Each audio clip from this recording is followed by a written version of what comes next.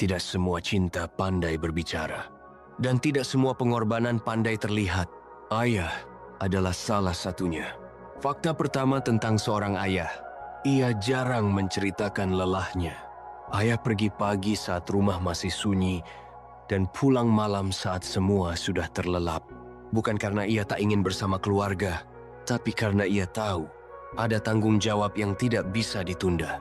Ia belajar menahan capek, menyimpan keluh, dan mengganti keluhan itu dengan satu kalimat sederhana. Tidak apa-apa.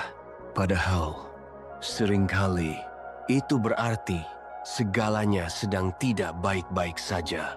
Fakta kedua, ayah sering terlihat keras, tapi hatinya paling rapuh. Ia marah bukan karena benci. Ia tegas bukan karena tidak sayang. Kadang ia hanya takut. Takut anaknya salah jalan. Takut keluarganya kekurangan. Takut gagal menjalankan amanah. Ayah jarang memeluk, tapi diam-diam memastikan anaknya aman. Jarang memuji, tapi selalu berharap anaknya lebih baik darinya. Ia tidak pandai merangkai kata, tapi hidupnya adalah kalimat panjang tentang tanggung jawab. Fakta ketiga, ayah sering mengalah, bahkan pada mimpinya sendiri. Ada mimpi yang ia simpan rapat-rapat, lalu perlahan ia kubur demi satu hal yang lebih penting, keluarganya. Ia rela bekerja bukan di tempat yang ia suka, rela lelah di jalan yang tidak ia impikan, asal dapur tetap mengepul dan pendidikan anaknya berjalan. Ayah mungkin tidak punya waktu mengejar cita-citanya karena ia sibuk memastikan anaknya bisa bermimpi lebih tinggi. Fakta keempat, ayah jarang dimengerti, tapi tetap bertahan. Saat anak kecewa, ayah sering jadi orang pertama yang disalahkan. Saat hidup berat, ayah tetap berdiri di depan. Ia tidak menuntut dimengerti. Ia hanya ingin melihat keluarganya baik-baik saja. Dan ketika ayah diam, seringkali itu bukan karena tidak peduli, tapi karena ia sedang memikirkan banyak hal yang tidak ingin ia bebankan kepada siapapun.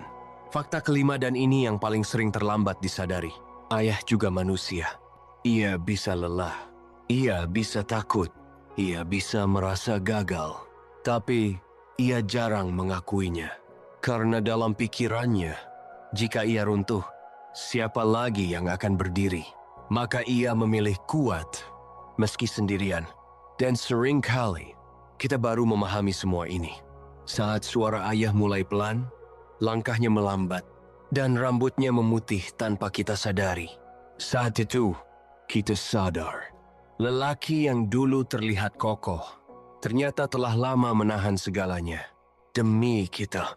Dan rendahkanlah dirimu terhadap mereka berdua dengan penuh kasih sayang, dan ucapkanlah, wahai Tuhanku, kasihilah mereka sebagaimana mereka telah mendidikku di waktu kecil.